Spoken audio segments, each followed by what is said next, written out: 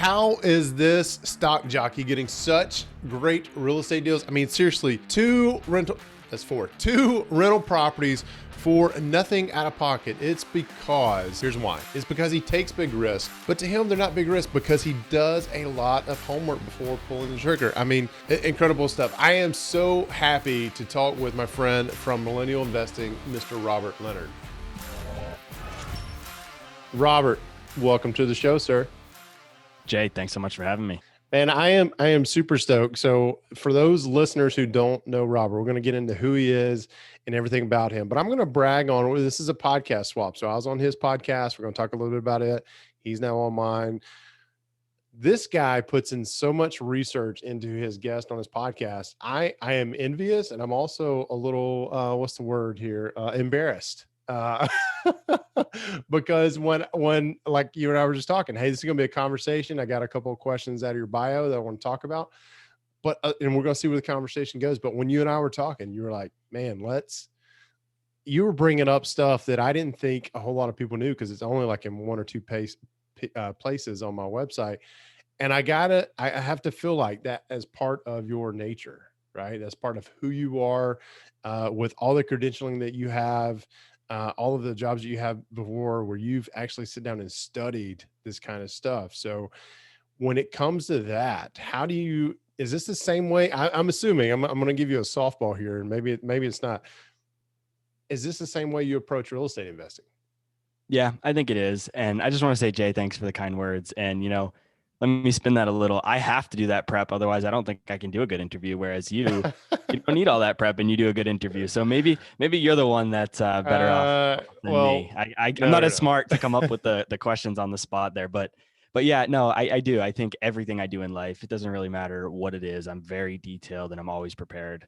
I think I always butcher the quote, but fail to prepare, be prepared to fail, or something along those lines. It's just kind of how I live, whether it's racing dirt bikes, sports, real estate, doesn't matter. Everything I do, I approach with that mindset. Racing dirt bikes, is that something you do now? Yeah, I do. Yep. Awesome. Okay. That's probably my biggest passion in life. Really? And if I should know this. I should know this about you. So let's dive into that. That is very intriguing. So last time I was on a dirt bike, my dad bought it when I was like maybe 10 or 12, because my dad used to ride a little bit. And of course, my mom said, no, right? We're not doing that. No, not my babies, kind of thing. But my dad bought us a little dirt bike when we were younger. It was a 1970s model Honda XL75. Okay. He still has it for some reason, by the way. But tell me, what do you ride, man? What do you is it competitive, or is it just fun for you? Do you compete? What's the deal? Yeah, so that's a little bit of a story, and I'll try and give the quick version just so you and the listeners have some color. But basically, I entered my first race. I raced quads that's what I raced growing up. I was 4 years old, entered my first race, and I kind of did pretty well at it. I don't know why. I guess it was just my dad raced when he was growing up, and he got me and my brother into it, and it was just something I guess I was just naturally gifted with. I guess I was pretty good at it. Genes, man. Yeah. Yep. So I ended up winning a bunch of local championships and ended up going out to run the national series, which is the biggest series for ATVs, and ended up winning a bunch of nationals and ended up number 2 in the country, or the world, however you want to look at it, for my age group. My dad and I spent the summer racing across the country, just him and I, road tripping. And I was probably about 10 years old at the time. And so I got pretty good at it, and I was kind of on track to, think about it in like the minor leagues of baseball. Like you have your kids that are like the next pro class, you're coming up, and me and a couple of the kids that I would race with, we were like the future of the professional ATV racing. I was about 14, and somebody that was pretty close to my dad passed away racing, and their daughter was actually my age. And so I didn't know her super, super well. But my dad was really good friends with her dad, so it hit him really hard. And so right then he made me stop riding. And I was like 1 year out from going pro. And so I was like, well, what am I going to do? I had no plan. I had no plans to go to college or nothing. Like my family's all blue collar. Nobody's ever gone to college. Nobody's ever made an investment. Like I was sponsored by some of the biggest name companies in the world. Like I had no backup plan. That was it. That was all I was doing. And so when that was taken out from me, I was like, well, what the heck am I going to do now?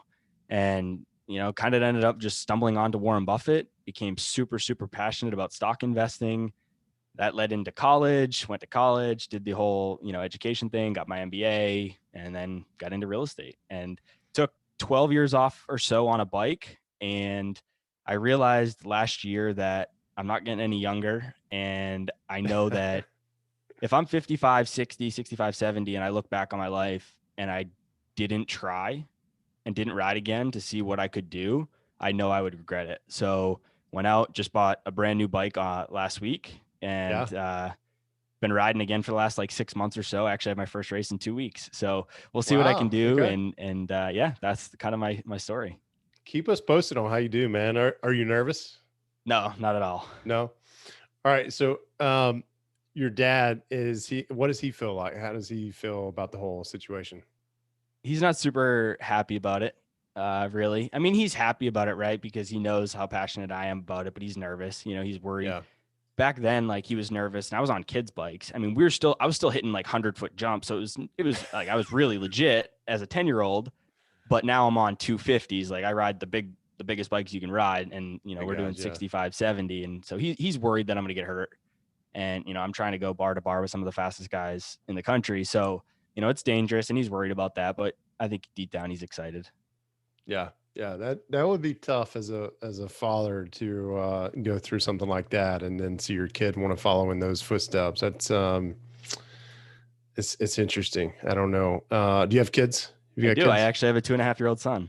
Okay. All So right. that's another reason partially why I wanted to get back into it, because he's getting a little bit older, and I'm thinking to myself, well, how can I expect him to chase his dreams if I don't even chase mine? Right. Yeah. So Yeah. I got to do it.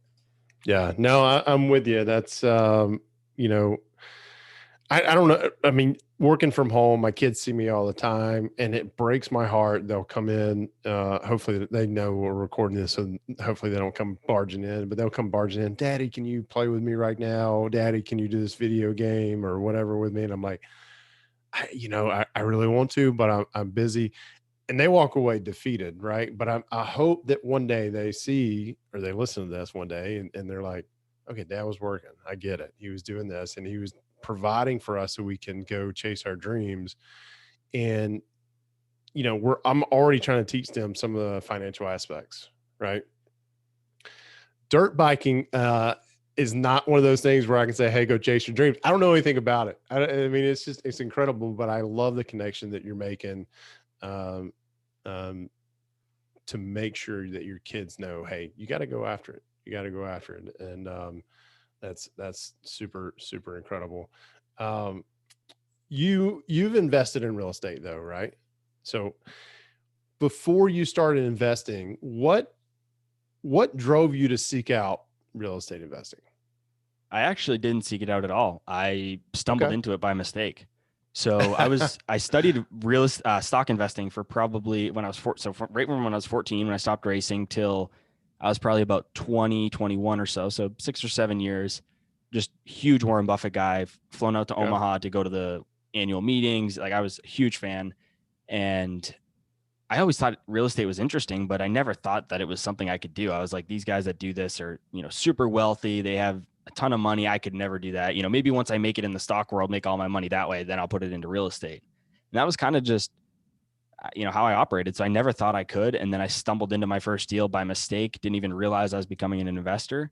And then once I All right, realized I hang on a could, minute. Hang on a minute. How did you stumble into a real estate deal and not realize you were becoming an investor? Were you an accidental landlord, or what was it? What was the yeah, sort of. So when I went into college, I was 18, and my dad told me, hey, listen, when you graduate, you start earning a salary and you're living at home, you're going to have to pay some rent. Totally like fair. I didn't have any Yeah. problem with that. I thought that was realistic, but something inside me was like, I don't want to waste the money on rent. And so I told him, I said, I'm going to buy a house and I'm not going to pay you any rent. As soon as I graduate college, I'm going to buy a house and I'm going to move out and do that instead of pay you rent. Of course, he thought I was crazy because he didn't own a house till he was probably late 30s or so, maybe even later. And a lot of people in my family were the same way. Yeah. And all my friends, everybody thought I was absolutely crazy. I'm this 18-year-old kid. What is he going to do to buy a house? And so I worked nearly full time throughout college to pay for school and also saved up to buy my first house. And sure enough, I bought a condo my senior year of college. I hadn't even walked at my graduation yet, closed on it. And I ended up living there, and it was a 2-bedroom condo, and I lived by myself. It was just me. And I realized like a month or two in, I'm like, I've been here for probably a couple months now. I haven't never even opened that second bedroom door. I should probably do something with this. I don't know what I'm supposed to do, but I should do something with it. And so I ended up renting out that bedroom, and they paid like $750 a month or so for the bedroom. And my mortgage was like 1,000 or 1,100 all in, including HOA and everything. Yeah. And so I was living for like 250, 300, $400 a month, which is pretty cheap. Yeah. And I said, well, somebody has to have done this before. Like, I can't be the first person that's ever done this. Of course, I found house hacking, bigger pockets. And, you know, I like to say the rest is history. From there, I realized, hey, I could do this. There's tons of people doing this that are no more special than me. If they could do it, I can do it. Started to study it. And here we are today. Do you still invest in stocks? Yes. Yeah. All right. So if you're listening to this on the just listening to the audio, you didn't recognize this, but if you're watching this on YouTube, go back and replay this. When I said, are you investing in stocks? Robert's eyebrows went really high. Like, he gets excited about stocks. So am I reading that correctly? Yeah. I'm still super passionate about it. Yeah. Yeah. And one of the reasons why, especially when we talk real estate, is because too often I find real estate investors completely saying like stocks are garbage. And I hear that on podcasts all the time. Guilty. and I don't really like that, because I think maybe it's not the right asset class for you or somebody who doesn't like stocks. But I think for a lot of people, there's place for both in your portfolio. And I think a lot of podcasts just always say stocks are bad. And I don't necessarily believe that's the case. I think there's room for both. Yeah. My personal issue with stocks, leading up to last year, I've always bought high and sold low. So that's why, and the only time I've really ever made money is when I buy real estate. Now, last year, I don't really know what happened. Number one, I took a few more risk with my money last year in the stock market, and it has paid off so far.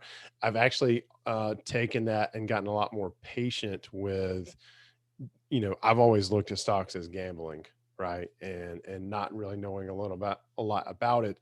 There are a handful of stocks that I've been watching.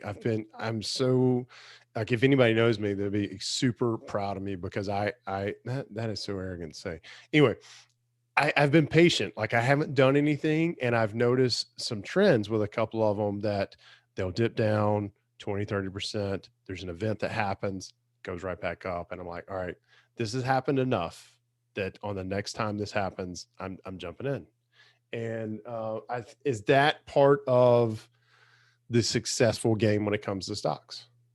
No, that's not how I invest at all. I would argue that that's not investing.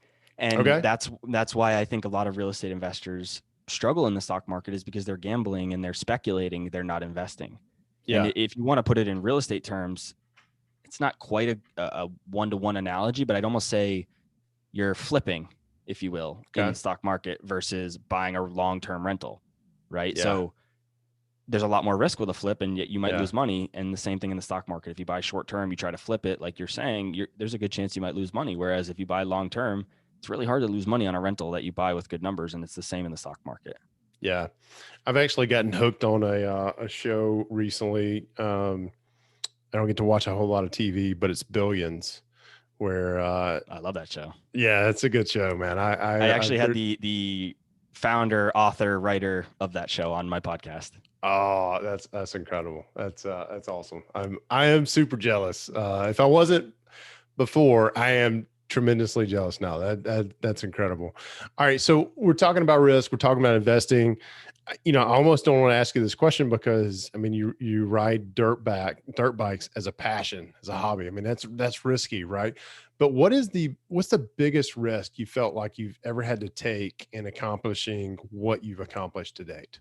Like, what's the one thing you now sit back and look on like, man, that kind of scares me just to think about how risky that was, and the outcome of it was just incredible, but it still scares me to think about. Buying my first ever rental property 2,000 miles away in a city I've never been to, with a house I've never seen. And I would say that's it. So, all right, I'm going to compare that to gambling in the stock market, right? Like, what kind of due diligence were you able to do to buy a house you've never seen, 2,000 miles in a market you've never been into, right? What kind of due diligence did you have to do on that guy? Well, you gave me a lot of credit at the beginning because I do due diligence. So I would Yeah. argue that it wasn't gambling because I did a ton of due diligence. So I do take risks. I take massive risks, but I do that because I'm calculated and I do my research and I do my due diligence. And so I love talking about this because I think I'm passionate about it. I know it works. I think it's revolutionizing how you can invest in real estate. And so what I did was, I'm a numbers guy. My background's in finance, accounting. And there was a gentleman on my podcast named Neil Bawa that some of your audience might be familiar with. He takes a very analytical approach to real estate. He's a data scientist.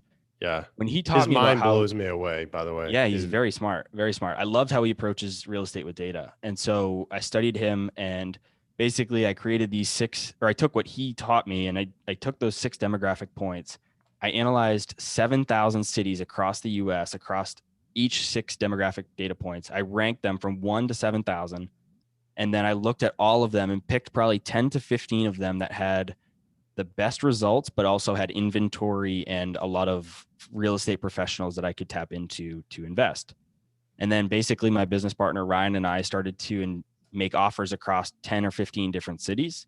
And we said, once one of them hit, we would then focus on that city as long as it continued to do well. And just so happens, we ended up getting one in this market in Texas, a little over 2,000 miles away from where we are in New Hampshire. And we've been doing really well down there. Awesome. That is incredible. Do you still own that property today? I do. It's working out like you had hoped it would? Very well. Better than I expected. Awesome. So is it one of those things where you've found one property in one market? Do you just keep buying properties in that market?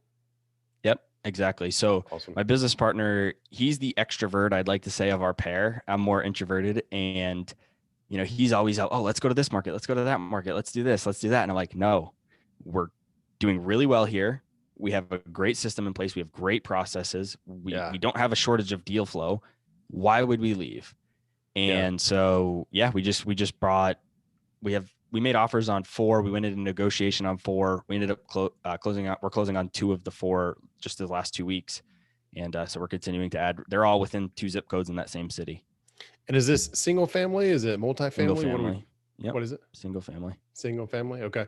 So I know forecasting has part of your resume as well, right? And all this research you're doing. Where do you think the single family housing market, and I know we don't like to talk about nationally, right? Because real estate is local, right? It is different from the county I'm in versus the county next to us.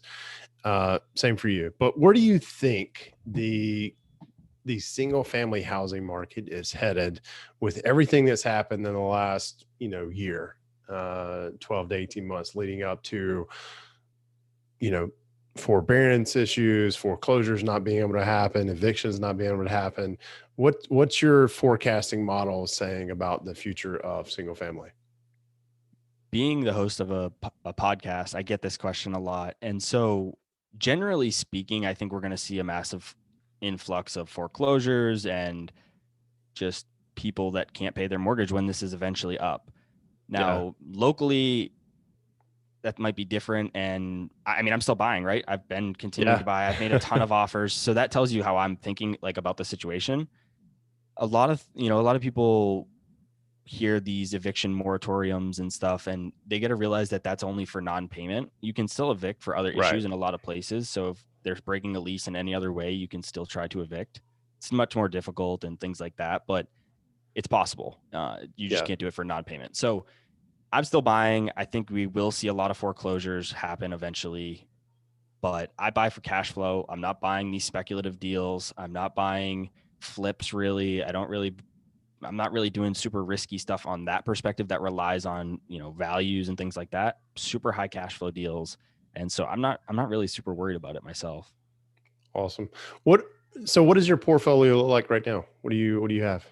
So right now I have a duplex in New England where I live. I house hack it. So I live on one side, rent the other. And then we have my business partner that I help him with. He also house hacks. So we have a unit at his as well. And then we have three units in Texas right now.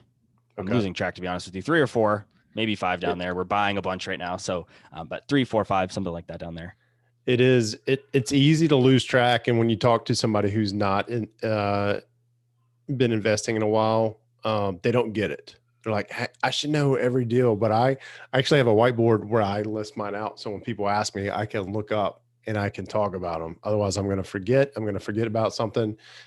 So don't worry about it. I'm almost glad I forget, because that means they're going smooth, right? I'm not having any headaches, so I don't have to worry about it. And I mean, ideally, I'm building my business that way with processes that I don't have to worry about it. So I'm kind of glad. Somebody asked me, I've got a property in Mobile, Alabama, and somebody was working on acquiring one, and asked me who I use as a property manager over there, because I was bragging on how great they do.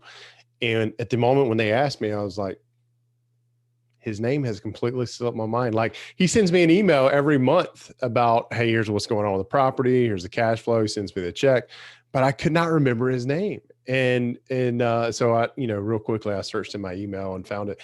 But the next day I called him and I said, hey, Marvin, I said, I wanted to throw you a bone here, man, because this situation happened and you do such a good job that I forgot your name.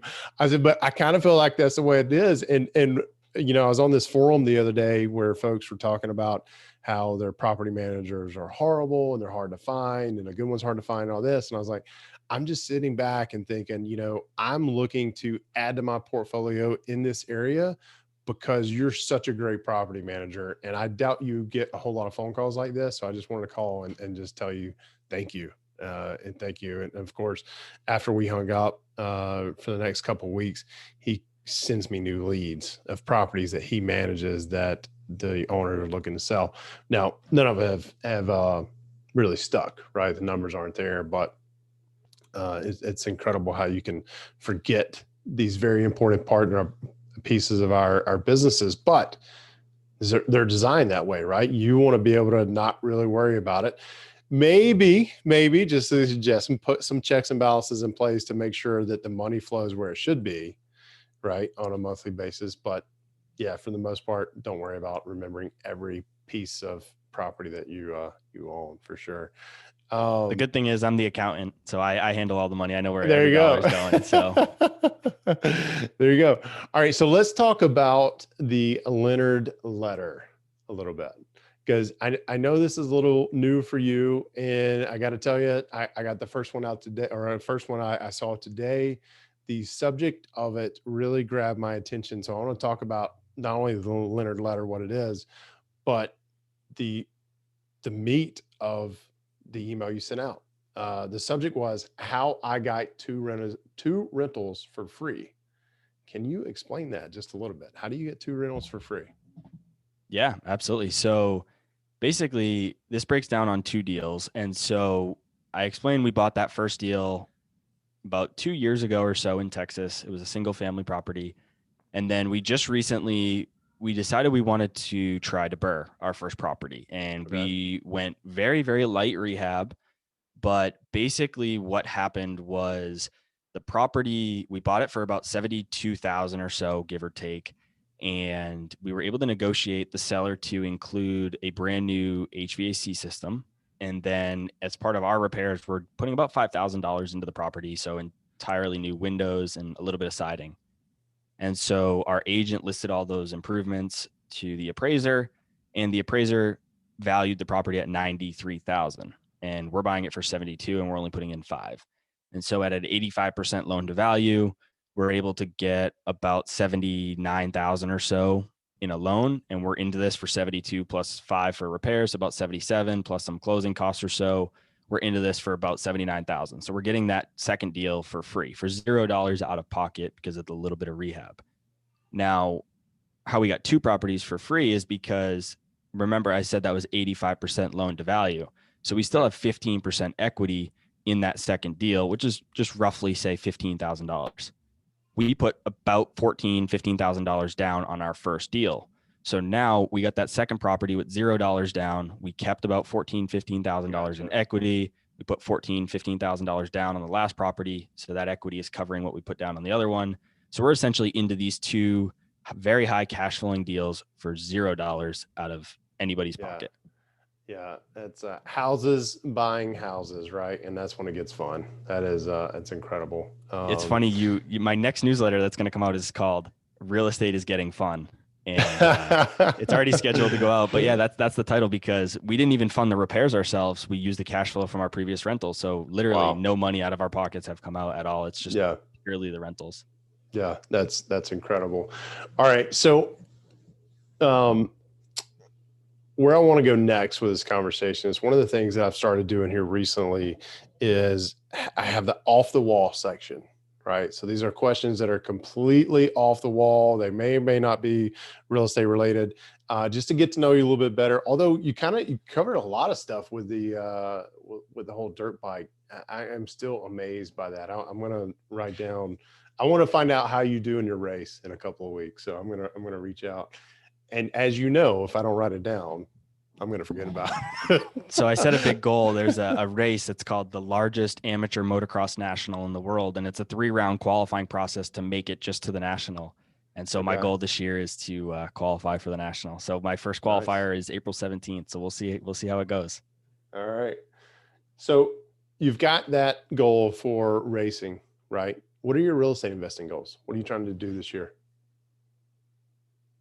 I think I've already exceeded this year, to be honest with you. I just kind of wanted to buy like another deal, really. I just wanted to buy one deal. Maybe, you know, 2 would be awesome, but really just one deal would be fine. We've already got 2 under contract.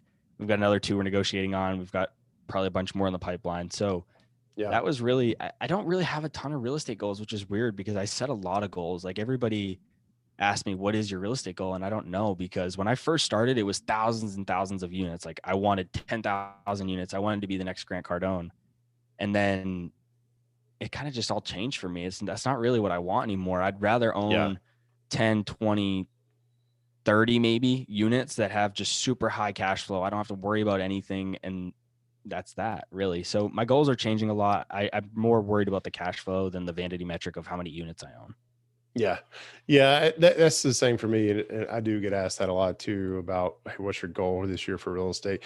And I used to make the mistake of saying, well, I want to acquire, X number of units. Right. But there's so many factors that go into that sometimes if you want to stick to your investing criteria, which my primary one is cash flow, then, I can only do what the market will allow. Right. And so I kind of shifted that to, well, if I'm going to make that kind of statement, let me make it on something that I can control, like the number of deals I underwrite, the number of offers that I make, that sort of thing. So I've actually, for this year, I don't have any real estate investing goals. It's just, and I know talking to you, and there's another guy by the name of Chris Jackson that I follow. He, very analytical guys. You both just dive in. And I think that's the competitive edge that I miss is I don't really enjoy the analytics of it. I like the low hanging fruit a little bit. So I kind of stay away from the analytics. So if I'm making a goal for real estate, since you got me to thinking here, is figuring out a way to get more analytical about the markets that I want to be in. Right. Or partner with somebody that is. My Yeah, partner hates yeah. it too. So that's why I do Yeah. it. And I don't like Well, what he that's does. an excellent point. Excellent point. Yeah. And it's so funny because I'm a very that side of the brain kind of guy. I mean, I have a bachelor's in computer science, right? And I have a master's in business administration. And I used to love crunching numbers. I used to love spreadsheets. I had a consulting call today with a lady who was advising me on some stuff. And I was like, all right, so how do you track this? And she goes, I got the spreadsheets, right? And her face lit up when she said spreadsheets. And I'm like, oh man, not another freaking spreadsheet. But it's so weird. I used to enjoy that. But anyway, it's interesting. But you're correct. Partner with somebody who loves that. And that's definitely got me to thinking. Definitely something I need to do. All right. So off the wall. Here we go. 3 questions, somewhat at random, right? They're all family friendly, but most of them don't have anything to do with real estate investing, and then we'll wrap up. So, all right, question number 1. If you could receive an unrestricted, unlimited grant to complete one project, what would that project be? A grant from the government. You don't have to pay it back. Does it have to be for the benefit of the greater public or just for my own Could be personal use? for whatever you want it to be. Yeah. I would probably just make a massive motocross facility that I could live at. If I'm being completely honest. If I'm No, being I completely love honest. it. I mean, that would serve, I feel like that would serve the greater good of the people who wanted to explore motocross, right? I Yeah, like I'd it. probably make, I if I like mean, it. if it's that big, I'd make it free so people don't even have to pay. You know, there's a lot of people that don't have a ton of money in It's motocross. Come enjoy it. unrestricted and unlimited. So Yeah. free motocross. I like it. I like it. Just, yeah. Oh, that's awesome. All right. So question number 2, where do you lack discipline in your life? You seem like you have it all together, man. You've got everything going. You're very analytical, something I envy. And you've done very good with investing, whether it be stocks or real estate, but everybody has that one area where they lack discipline. What is it for you? Probably my phone. I tend to be addicted to my cell phone and I hate it. And I just, for some reason, you're right. I like to think I'm pretty disciplined in a lot of aspects of life, pretty healthy, pretty fit guy, you know, everything else considered. But I just, for some reason, cannot put my phone down. And, you know, it frustrates me. And I try to work on it all the time. I'm very conscious of it. But for some reason, it just always sucks me back in. And I would say that that's probably my kryptonite, but I'm trying to get over it. What do you What are you doing on your phone? Playing on social media or? I don't even know. That's the thing. I'll use it for a couple hours and then I'll be like, what did I even just do? I just wasted all this time. Yeah. And, you know, I mean, there's all these hacks that you can try, but nothing works, right? They're all these short-term things and yeah, it'll work for a couple days, but then it always reverts back. And I need to find a way that I just, you know, cut it out altogether. And that's Like my an biggest, electric shock collar? Is that what I mean, I'm you getting to that point do we where need to go there? I would do that. Yeah. I mean, we're getting close to that point where I'm getting so frustrated with myself that I need to do something. Well, eventually, if you're getting that frustrated with yourself, eventually you're going to break. But it's one of those things too, where if you're doing business on your phone, that's one thing. But if you're getting distracted from doing business or being there for your friends and family, then that's a whole nother thing. And I am as guilty. I've, you've said there's tips and tricks. My phone is in do not disturb mode from pretty much 9 o'clock at night to 8 o'clock in the morning. So if anybody calls after that, you're going to have to be in my contacts list, and you have to call twice, right, to make it go through. Mine's the same way. Yeah, and then if you're not programmed as a stored number in my phone does not even ring. Do you have that one? Yep. Okay. Mine's 9 to 5 a.m. because I wake up really early, but yes. Yep. Okay. I do too, but I don't want to be distracted by that, right? Maybe I should do that. Yeah, and then what's the other thing I have is I don't get any kind of buzz or alerts or anything like that goes off when I get a text, or I've removed all the notifications from everybody I subscribe to on YouTube and all this stuff. I don't care when I open my phone up. I'm pointing at it because it's sitting right here in front of me charging. Right, is that when I open it up, there's probably 27 unread notifications on this. There's 100 emails that I haven't read here, and it just doesn't bother me. I've enjoyed disconnecting. So if I can help you in any way, you give me a call. You let me know. I appreciate that. Yeah, I've turned off the notifications too. And so the problem is I start with using it for business. That's how I justify it. And I do what I need to do for business, but then it bleeds. I'm like, all right, I finished that. I'll just check this really quick. And then it bleeds into personal use, and then it just black hole from there. You're not alone, man. Technology Anonymous is going to be a great business when somebody creates it. So all right, last question for Off the Wall. What word or phrase do you say way too much? That's a hard question because we don't know what we say a lot, right? We'd have to ask our parents or family or whoever we spend the most time with, I guess. Man. I wouldn't say it's the most, but I say wicked a lot. I'm from Boston. I'm not from Boston, but I'm from Northeast. We say wicked. I guess that's probably the funniest, most common thing I say. That is wicked awesome. All right. Yeah. That's awesome. Wicked awesome. Wicked awesome. Robert, thank you, sir. Thank you very much for your time today and going through this and just allowing us to learn more about you and what you have going on. Definitely want to point people to the Leonard letter to sign up.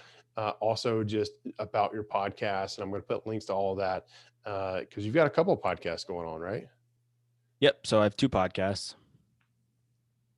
One is called Real Estate 101 and one is called Millennial Investing. And they're both in the same feed. So you just have to subscribe in the Millennial Investing feed and you get them both. Very cool. Very cool. I need to take notes for what you're doing in the podcast world for sure. For sure. All right, Robert, what's the best way for people to get in touch if they want to reach out? So best way is the podcast, number one. Number two would be the Leonard letter. As you mentioned, that's just a free newsletter that I send out. I'm shooting for 3 times a week. Sometimes it's 2, sometimes it's 1, but I'm shooting for 3 times a week. And you can subscribe to that by going to robertleonard.substack.com. And that is the best place to get in touch with me. You don't want to give people your cell phone number so to justify you being on your cell phone all the time? Well, I'll get their emails when they subscribe to the newsletter, and then I can talk. I'll use my cell phone to connect that way. There you go. There you go. Robert, thank you very much, man. You have a great rest of your day. And I wrote down April 17th, you got your qualifying race. I'm going to reach out to you and find out how you did. So I appreciate that, Jay. Thanks so much for having me. All right, buddy. I'll talk to you soon. $20,000 is a lot of money to lend. And I nearly lost it all when the guy who borrowed it from me just disappeared, right? But I got my money back. Join me in this video where I'm going to share with you what I'll never do again and actually how I just got my $20,000 back.